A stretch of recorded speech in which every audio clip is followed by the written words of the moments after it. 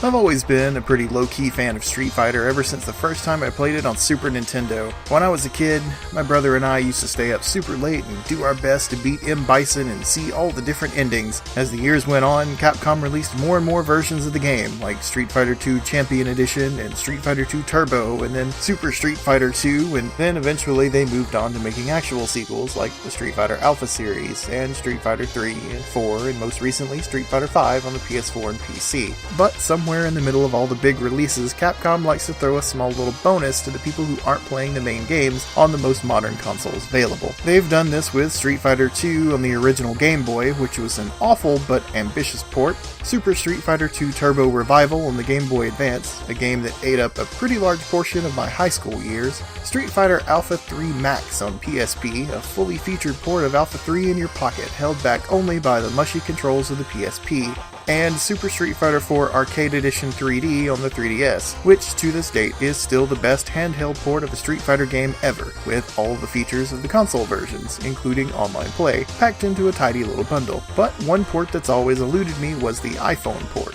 See, I've never owned an iPhone or any other Apple product, and the idea of playing Street Fighter 4 on a phone seems so crazy to me. The iOS port came out nearly the same time as the iPhone 4, which made sense. Street Fighter 4, iPhone 4, right? But even at that point, I was using a hand-me-down HTC Dream.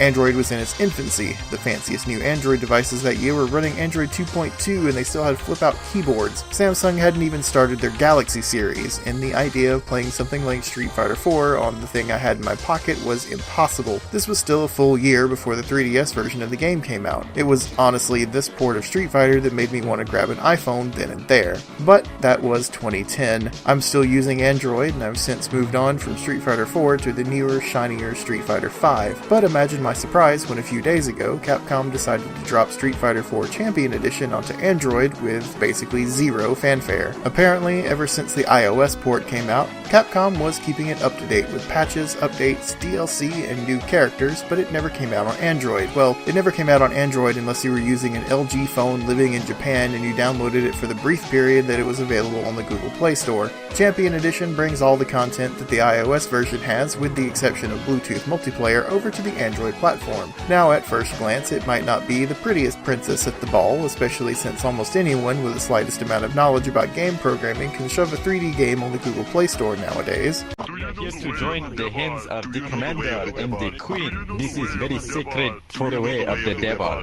But, looks aside, you're getting a nearly full-fat Street Fighter experience. The characters from Ultra Street Fighter 4 aren't included in the game, and some characters are missing moves due to the simplified control scheme, but the game itself is still the solid Street Fighter 4 experience that you'd expect it to be. Speaking of the control scheme, it's something that works really well on a touch device. The touchscreen joystick is responsive, special moves are easy to pull off, and the 4-button controls make it so the screen isn't completely crowded by tiny, hard-to-press buttons. Having only a single punch and kick button means that the strength of your attacks is determined by your input direction on the joystick for the most part. A hard crouching kick is performed by pressing down forward and kick, for example, meaning that you'll have to be less defensible to pull off harder attacks, which is an interesting trade-off in terms of balance for the game. I don't want to spend a ton of time going in-depth into Street Fighter mechanics and such, but I will say that the game itself is solid and fun to play. It's a fantastic fighting game that ports well to the mobile platform, and despite its looks, it's one of the most fully fledged offerings on the Google Play Store. The game itself is a free download to try, but unlocking all the fighters requires a one-time only $5 purchase. Honestly, if you're a fighting game fan, or just someone looking for a game that'll let you play in short bursts, there's more than enough here to keep you entertained for hundreds of hours.